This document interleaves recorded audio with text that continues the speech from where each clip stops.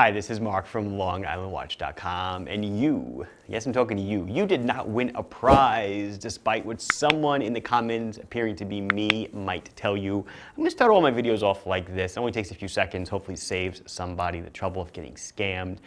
There's been a lot more happening on YouTube with it. I wish YouTube would do something about it. Jerry-Rig Everything did a great video where he engaged with one of the scammers, kind of like I did. Maybe I'll put up a card to my videos, amusing time. Anyway, today we are checking out a new launch from Phoibos. This is the Proteus in bronze.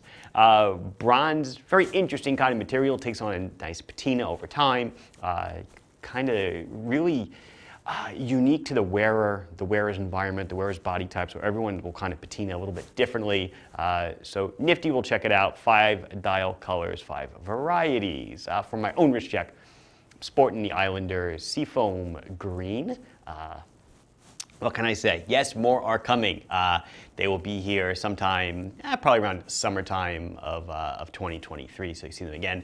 And another Islander, I guess it would have been a favorite if I didn't make it a limited edition. This was my first ever limited edition. It's the Red October, which is basically just an ISL 18 with a red seconds hand and a polished Centerlink bracelet a la Yachtmaster.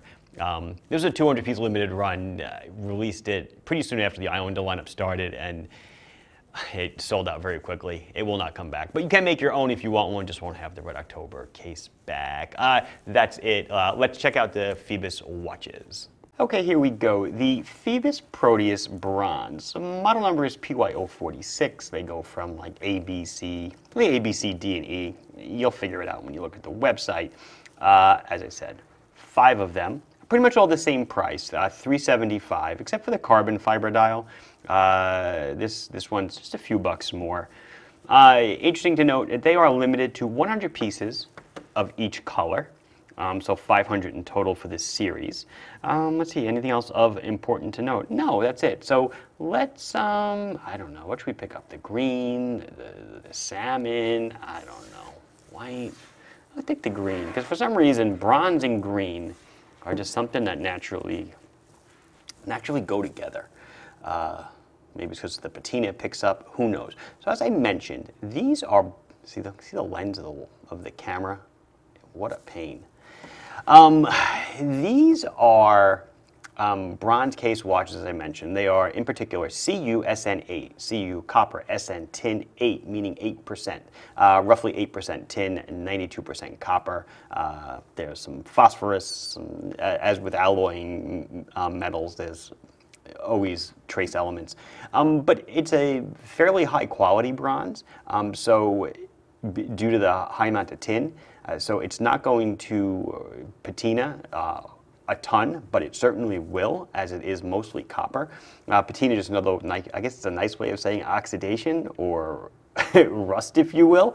But just note, so I'm just going to say 2 things on this whole bronze patina thing, maybe 3, I don't know. Everyone's will patina differently based on their environment and definitely their chemical makeup. If you're a more acidic person or whatever, if you live near the seawater, obviously it's going to accelerate it. Number 2, there are ways online that you can accelerate patina. They have to do with using combinations of salt water, different kinds of vinegar, suspending it in like a little vinegar kind of vapor bath, whatever, to speed it up. And number 3, you can always get back to the natural, shiny, kind of rose gold appearance of CUSN8 by just kind of buffing it out. Basically, you're just removing the external oxidation that has occurred enough. 42 millimeters in diameter, 13 thick to a slightly domed sapphire crystal. Of course, they use AR coating on the inside, but that doesn't mean you knock out every reflection. As you can easily see, the lens of my camera poking through. It just means it knocks out a good amount of reflection, but it is a domed crystal, so domed crystals are going to naturally reflect everything. It's the whole purpose of a dome. 49 millimeters on the lug tip to lug tip. It's a solid screw down case back. Interesting to note that it is a stainless steel case back, as most watches that are not stainless steel metal. 300 meters of water resistance is visible right here. Their awesome logo. Let's see. I talked about that. It is a 22 millimeter strap. Beautiful leather strap with tied off stitching. So the green dial has a green strap to match it nicely, and of course a bronze buckle. So it really completes the package. They stamp their straps, it's genuine leather, 300 meters of water resistance via a screw down crown, very interesting pattern in it, and it is a logoed crown. I think you can see that. It is, so that's that. Weight, 121 grams on the leather strap.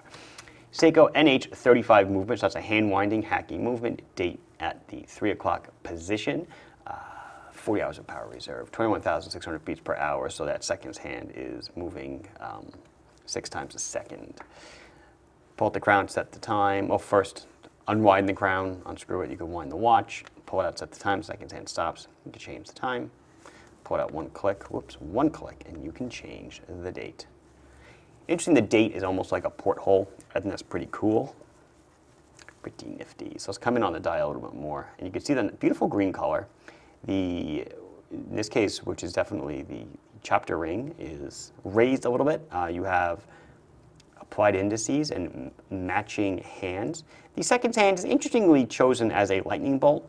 I don't know, not my first choice for a hand, but it actually is not something that grabbed me immediately, the lightning bolt. I didn't really even notice it until I started prepping for the video and just kind of looking at some of the details on the watch.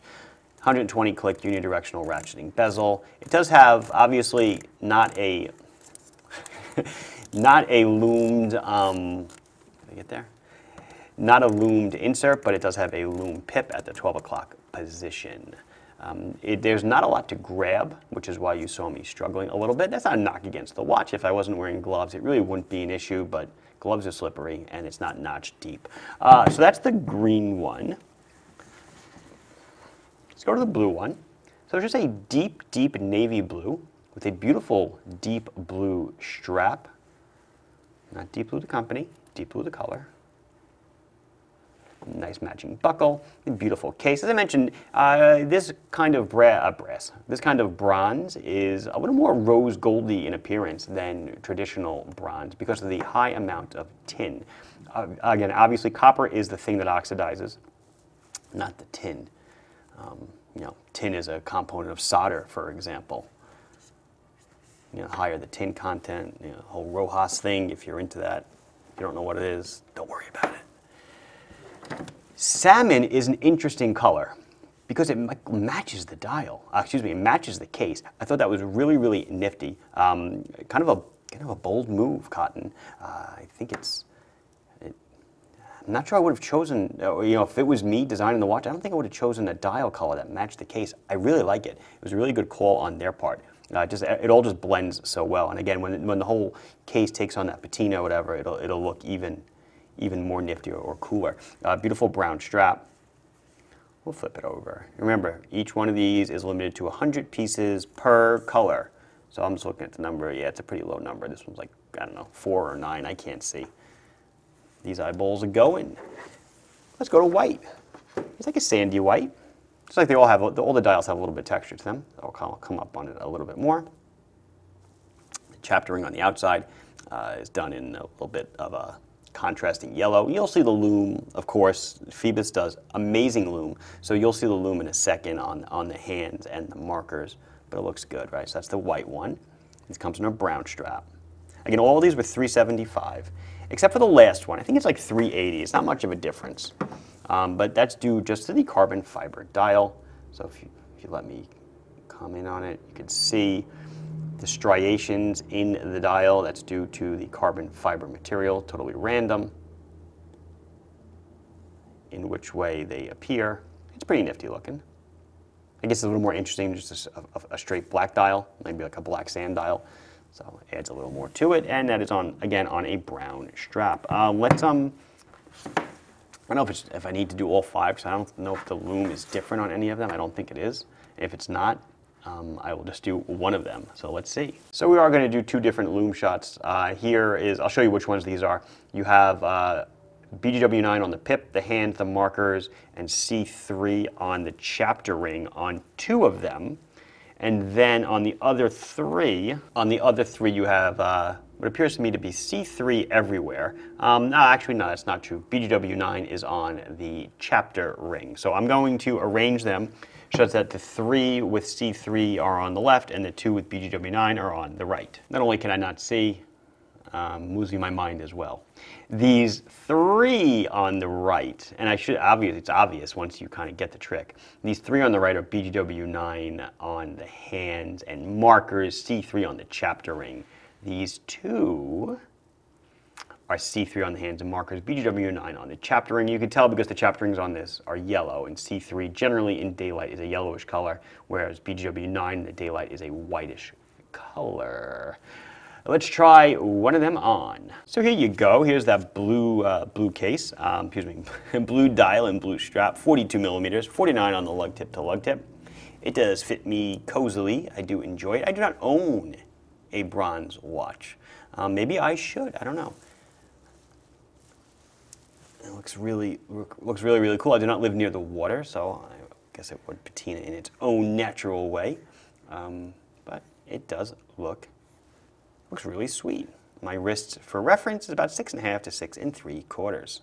And I think that's going to finish up our fun for today. This has been Mark from LongIslandWatch.com, showing you the Phoibos Proteus Bronze PY046, available now in the store. Yay! Please like the video if you enjoyed it. Subscribe to the channel if you have not done so. Questions, comments, concerns, queries, anything else. You can put it down below, and I'll be sure to address it as soon as I can. Thank you very much for watching. Bye-bye.